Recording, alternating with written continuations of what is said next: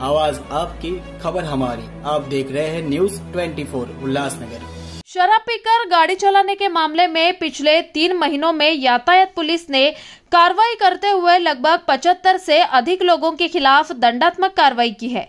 ये कार्रवाई उल्लासनगर कैंप 1 के वरिष्ठ पुलिस निरीक्षक अविनाश भामरे के नेतृत्व में की जा रही है।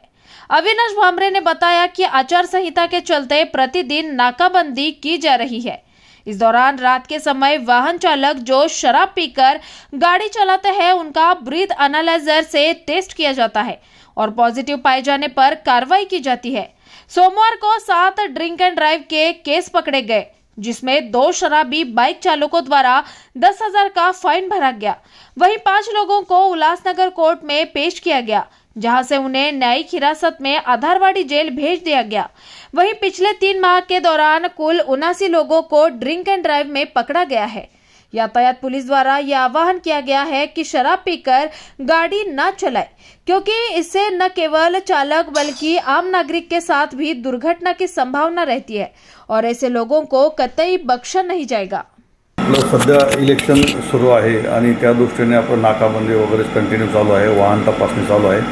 त्याच्यामध्ये दारू पिऊन वाहन चालवणे, मोटर व्हेकल ॲक्ट 185 प्रमाणे कारवायासुद्धा आपण करत आहोत। मागील होळीला आणि त्याच्यानंतर आपण बऱ्याच केसेस केलेल्या आहेत। त्याच्यापैकी 7 केसेसमधले इसम जे आहेत ते आज आम्ही कोर्टात हजर केले, तर त्यांना माननीय कोर्टाने 10,000 रुपये प्रत्येकी दंड ठोठावलेला आहे। त्याच्यापैकी 2 लोकांनी दंड भरण्याचं कबूल केलेलं आहे आणि 5 जणांकडे पैसे नसल्यामुळं त्यांनी पैसे भरू शकले नाही आणि त्यांना मग कोर्टाने जेल वॉरंट तयार करून आधारवाडी जेलला पाठवलेलं आहे। तर या आरोपीमध्ये असं बघून आला की बरेच लोक बरोबर आहे की सध्या मोटर वाहन चालवताना दारू पिऊ नये हेच मी या निमित्तानं आवाहन करील।